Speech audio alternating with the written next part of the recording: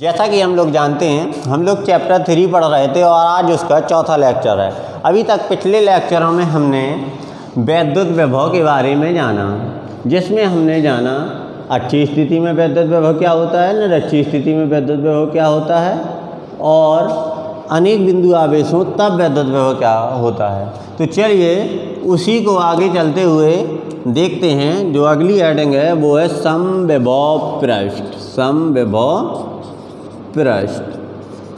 तो देखिए नाम से ही पता चल रहा है कि समविभव पृष्ठ अर्थात सभी बिंदुओं पर विभव क्या होना चाहिए, समान होना चाहिए।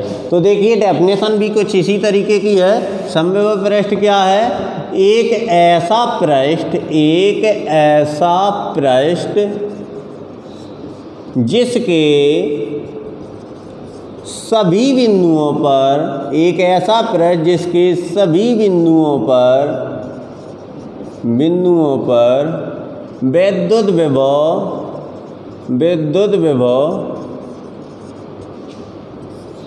समान होता है, उसे क्या कहते हैं हम लोग? समविभव पर समान होता है, उसे समविभव पृष्ठ कहते हैं। पृष्ठ का मतलब होता है क्षेत्र, जगह, एरिया, कुछ भी कह सकते हैं। क्या है समविभव पृष्ठ? एक ऐसा पृष्ठ जिसके सभी बिंदुओं पर वैद्युत विभव क्या हो, समान हो, उसे कहेंगे समविभव पृष्ठ। समान का मतलब है जितना इस बिंदु पर हो। सपोज कर लीजिए ये एक ऐसा एक पृष्ठ है, यहाँ पे विभवांतर B बराबर 15 वोल्ट है, तो हमने इसको नाम क्या दे दिया था? समविभव पृष्ठ। अब हमने पूछा इस बिंदु पर विभव कितना होगा, तो क्योंकि हम लोग जानते हैं कि समविभव पृष्ठ के सभी बिंदुओं पर विभव समान होगा, तो यहाँ भी विभव कितना होगा? 15 वोल्ट होगा। अर्थात एक ऐसा पृष्ठ जिसके सभी बिंदुओं पर विभव समान हो समविभव पृष्ठ कहलाता है।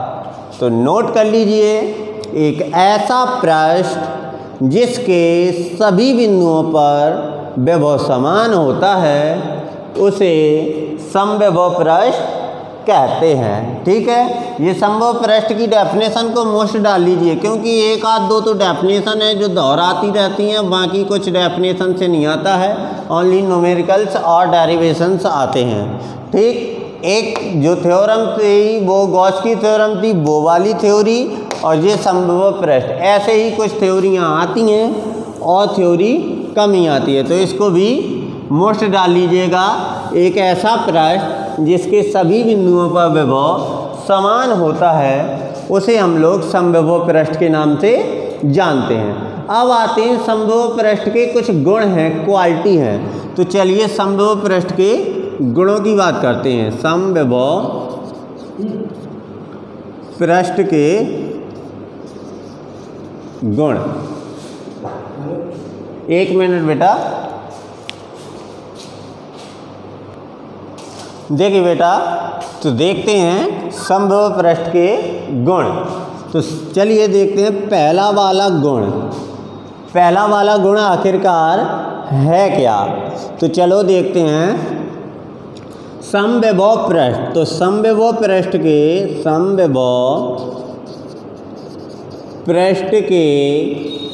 सभी बिंदुओं पर देखिए, जब विभव समान है तो विभवांतर, तो देखो दो विभवों का अंतर होता है ना, तो विभवांतर क्या हो जाएगा? विभवांतर शून्य होता है। समविभव पृष्ठ के सभी बिंदुओं पर विभवांतर जो है वो शून्य होता है। दूसरा वाला समविभव पृष्ठ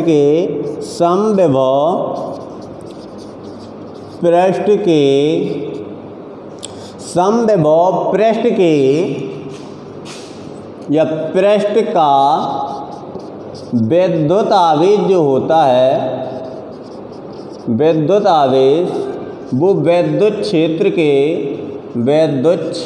के लंबवत होता है। और तीसरा वाला एक गुण और है, समविभव पृष्ठ के या की वैद्युत बल रेखाएं वैद्युत क्षेत्र के लंबवत होती हैं। तो देखिए हमने 3 गुण पढ़े समविभव पृष्ठ के। पहला, समविभव पृष्ठ के सभी बिंदुओं पर विभवांतर शून्य होता है। समविभव पृष्ठ पर का विद्युत आवेश वैद्युत क्षेत्र के लंबवत होता है और समविभव पृष्ठ का जो बल रेखाएं हैं वो भी वैद्युत क्षेत्र के लंबवत होती हैं। चलिए इनको नोट करिए।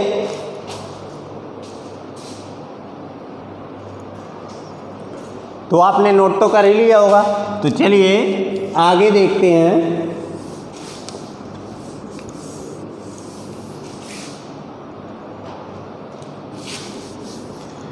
स्थितिज ऊर्जा।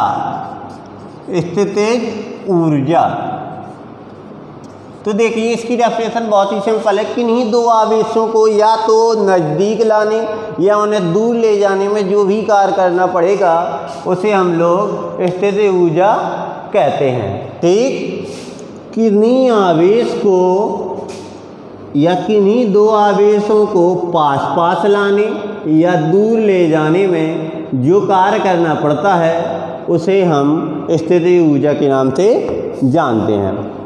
जो डेरिवेशन है चलिए देखते हैं। स्थितिज ऊर्जा पूछता है क्वेश्चन के दो बिंदु आवेशों की स्थितिज ऊर्जा के लिए व्यंजक प्राप्त कीजिए। तो ऐसे करेंगे, चलिए देखते हैं। इसकी डेफिनेशन क्या है? किन्हीं दो आवेशों को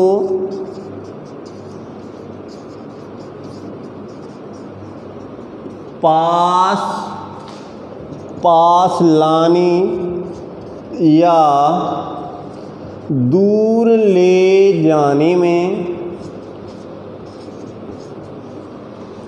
जो कार्य करना पड़ता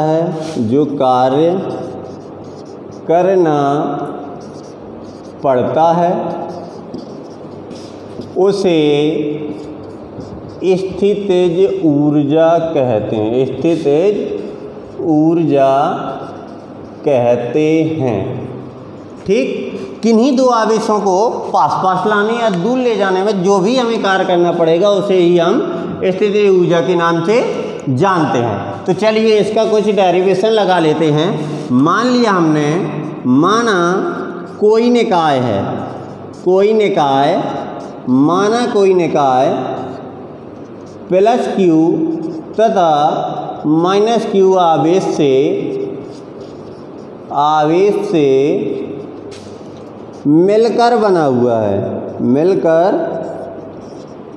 बना है, जिनके बीच की दूरी जो है, जिनके बीच की दूरी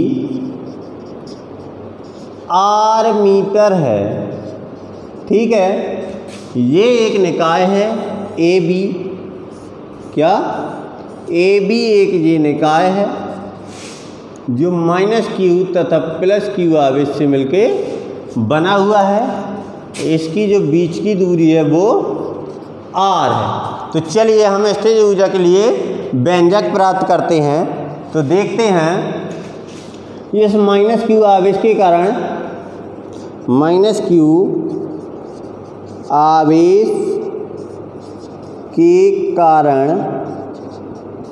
विद्युत विभव क्या होता है भाई? सभी लोग जानते हैं किसी बिंदु आवेश के कारण विभव v बराबर होता है 1/4 पाई एप्सिलॉन 0, चिन्ह सहित होता है Q/r²। यही होता है ना, किसी बिंदु आवेशों के कारण विभव। हो गया।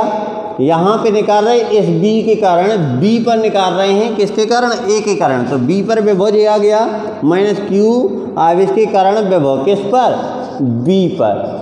अब चलिए B से इस प्लस Q आवेश को A तक लाने में कुछ तो कार्य करना पड़ेगा। तो देखते हैं, प्लस Q आवेश को B से A तक लाने में किया गया कार्य। तो चलिए हम जानते हैं कि जो B बराबर होता है वो होता है W/Q। तो देखिए यहाँ से जो W की वैल्यू निकल के आएगी, क्या आएगी, B की वैल्यू 1/4πε0 Q, ये माइनस आगे लगा लिया, अपॉन R² बराबर W/Q। ये Q यहाँ आ जाएगा तो ये W बराबर बन जाएगा -1/4πε0, यहाँ पे ये Q स्क्वायर मान लो या Q1 Q2 मान लो, या फिर एक काम कीजिए, ये तो वैद्य दुरु हो जाएगा तो हम Q1 और Q2 मान लेते हैं। तो यहाँ Q1 रख देंगे, यहाँ Q2 रख देंगे, यहाँ ये Q1 ये Q2, तो और ही ज़्यादा सिंपल हो जाएगा, हमें चिन्ह की भी ज़रूरत नहीं पड़ेगी। ठीक, यही कार्य, क्योंकि क्वेश्चन क्या कह रहा है कि नहीं दो आवेशों को पास पास लाने या दूर, तो यहाँ से यहाँ पास पास लाए हैं ना हम लोग, तो पास पास लाए हैं तो दोनों के द्वारा कुछ तो कार्य किया गया, जो भी कार्य किया गया वही क्या कहलाएगा, स्थितिज ऊर्जा। तो ये कार्य किया गया है तो क्या कहलाता है, परिभाषा से, परिभाषा हमारी क्या कहलाती है, परिभाषा कहलाती है जो भी स्थितिज ऊर्जा होगी वो किसके बराबर होगी, कार्य के बराबर होगी। तो U बराबर क्या आ जाएगा, U को स्थितिज ऊर्जा को U से डिनोट करते हैं, ये तो आप सभी लोग जानते हो, 1/4πε0 Q1 Q2 अपॉन में R²।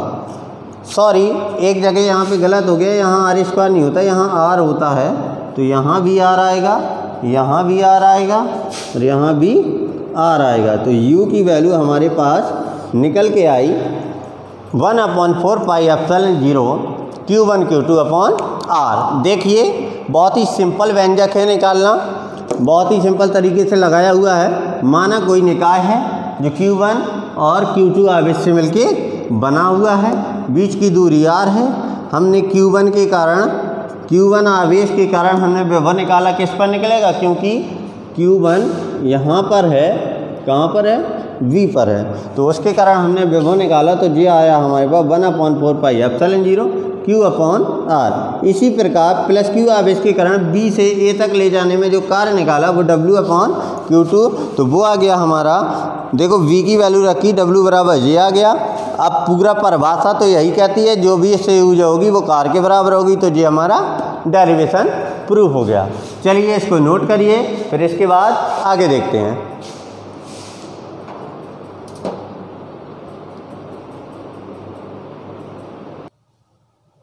चलिए अब आगे देखते हैं विभव प्रवणता। इसको डाल लीजिए वेरी वेरी मोस्ट। क्वेश्चन सबसे अक्सर पूछा जाता है कि आखिरकार ये जो विभव प्रवणता है ये आखिरकार है क्या। सॉरी, मार्कर नहीं चल रहा, 2 मिनट। चलिए देखते हैं विभव प्रवणता। तो विभव प्रवणता की जो डेफिनेशन है वो बहुत ही ज़्यादा मोस्ट है। चलिए उसको देखते हैं, क्या है, दूरी के सापेक्ष विभव परिवर्तन की दर क्या कहलाती है, विभव प्रवणता। 11th क्लास में पढ़ी होगी ताप प्रवणता, तो उसमें पढ़ा होगा दूरी के सापेक्ष ताप परिवर्तन की दर को कहते हैं ताप प्रवणता, और ये 12th है इसलिए यहाँ पे आएगी विभव प्रवणता। विभव प्रवणता क्या है, दूरी के सापेक्ष, दूरी के सापेक्ष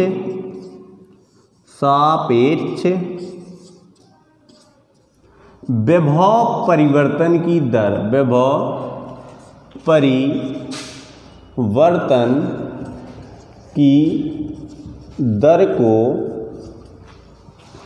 विभव प्रवणता कहते हैं, विभव प्रवणता कहते हैं। दूरी के सापेक्ष यदि हम विभव में परिवर्तन कर देते हैं तो वो दर क्या कहलाती है, विभव प्रवणता कहलाती है। विभव प्रवणता क्या हो जाएगा, दूरी के सापेक्ष ये हो गया विभव में परिवर्तन, और ये दूरी के सापेक्ष हो गया, तो विभव क्या प्रवणता क्या कहलाई, दूरी के सापेक्ष विभव परिवर्तन की दर को विभव प्रवणता कहते हैं। विभव प्रवणता बराबर डेल्टा V अर्थात विभव में परिवर्तन, डेल्टा X अर्थात दूरी में परिवर्तन। तो दूरी के सापेक्ष जो भी विभव में परिवर्तन होगा वही विभव प्रवणता कहलाएगी। इसका विभव प्रवणता का मात्रक की बात की जाए तो चलिए देख लेते हैं मात्रक क्या है। मात्रक की बात की जाएगी तो देखिए इसका मात्रक क्या हो गया वोल्ट, और नीचे वाला दूरी का क्या होता है मीटर, तो आ गया वोल्ट प्रति मीटर। किसका मात्रक है? विभव प्रवणता का मात्रक है। ठीक, अब चलिए इसकी विमा की बात करते हैं। तो विमा निकालते हैं इसकी, क्या है आखिरकार विमा। तो विमा निकालते हैं तो विमा हम विभवांतर की विमा तो आराम से जानते हैं, नहीं जानते हैं तो उसको भी निकालेंगे। तो चलिए देखते हैं विभव प्रवणता की विमा। विभव प्रवणता की विमा क्या आएगी? तो विमा निकालने के लिए हमारे पास जो सूत्र होता है वो डीवी विभव का या विभव की विमा अपॉन दूरी की विमा, दूरी की विमा।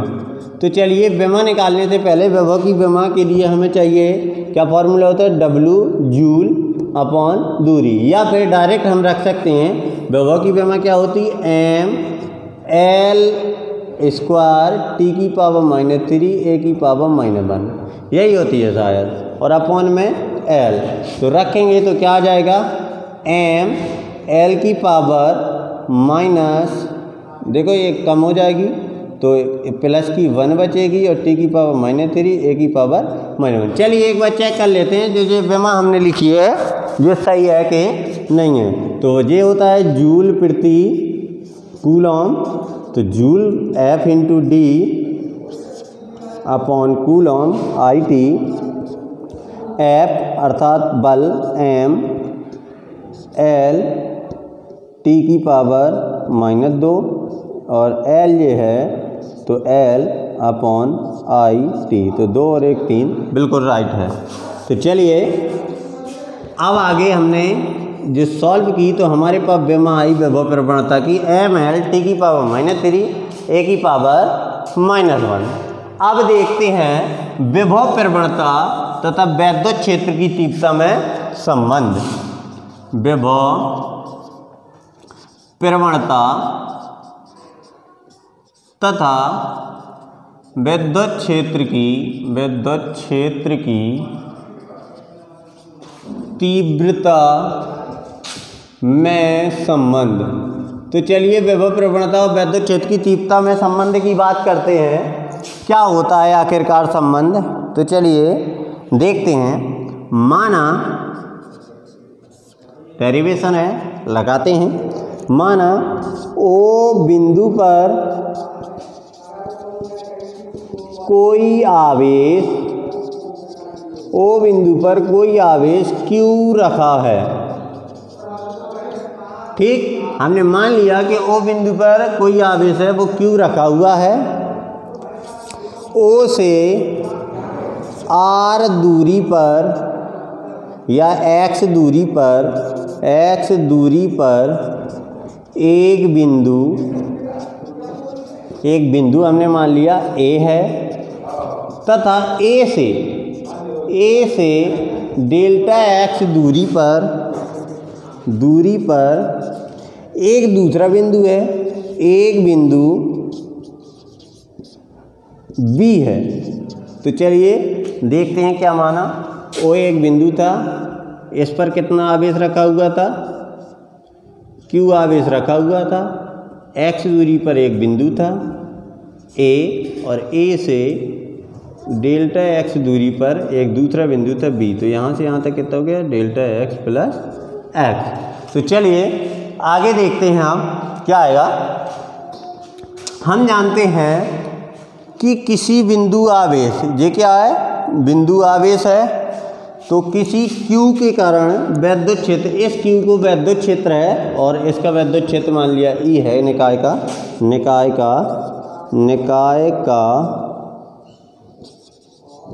वैद्युत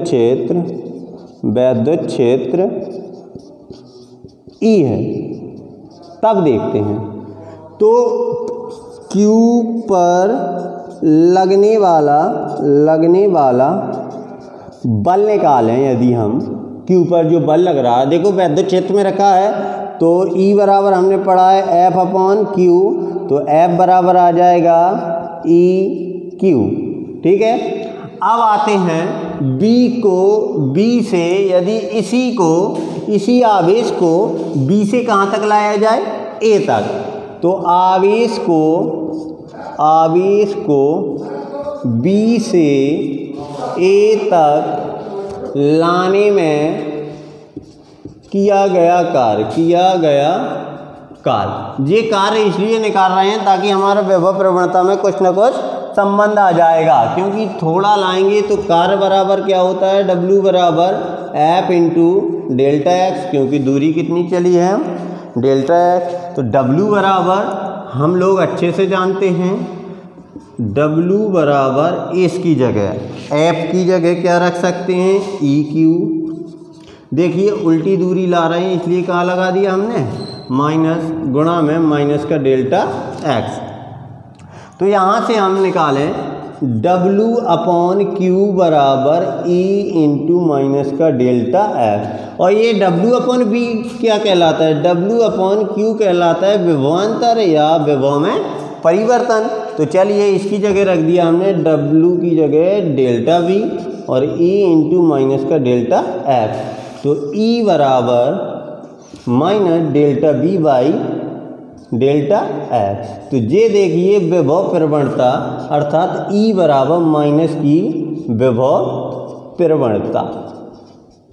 देखिए नीचे भी अब कुछ हमें लिखना है, क्या लिखना है, अर्थात वैद्युत क्षेत्र की तीव्रता किसी बिंदु पर विभव प्रवणता की ऋणात्मक मान के बराबर होती है। नोट में नीचे लिख लेना, अर्थात वैद्युत क्षेत्र की जो तीव्रता है वो विभव प्रवणता की ऋणात्मक मान के बराबर होती है। ऋणात्मक वैल्यू या ऋणात्मक परिमाण कुछ भी कह सकते हैं, उसकी क्या होती है, बराबर होती है। देखिए कुछ नहीं किया, वो बिंदु पर एक हमने बिंदु आवेश लिया, इससे x दूरी पर एक बिंदु ले लिया और थोड़ी ही और दूरी पर डेल्टा x अर्थात अल्प दूरी पर एक हमने दूसरा बिंदु ले लिया डेल्टा x। तो देखिए यहाँ पर लाए थे, फिर यहाँ से यहाँ तक लाए, तो दूरी में परिवर्तन कितना आया, और लीजिए तो अपन लोग जानते हैं वैद्युत बल है, वैद्युत बल के कारण ये हमने निकाला।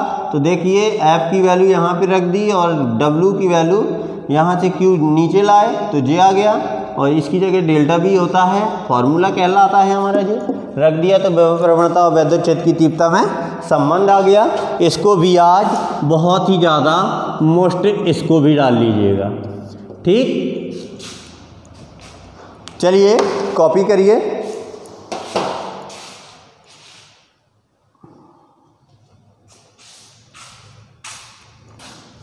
इसको अच्छे से नोट कर लीजिएगा, इसको अच्छे से सीख लीजिएगा, क्योंकि मुझे लगता है इस साल यही आना है, क्योंकि पिछली साल गॉस की थ्योरम पूछ ली गई है, तो इस साल मुझे लगता है यही आएगा, वैद्युत क्षेत्र की तीव्रता और विभव प्रवणता में संबंध क्या होता है। देखिए वीडियो अच्छी लग रही है तो लाइक और कमेंट ज़रूर कर दीजिएगा, और सब्सक्राइब करना ना भूलें, क्योंकि यदि आप लोग सब्सक्राइब कर देंगे तो जैसे ही मैं वीडियो अपलोड करूंगा सबसे पहले आपके पास नोटिफिकेशन पहुंच जाएगी, जिससे आप उसे अच्छे से देख सकते हैं। नमस्कार।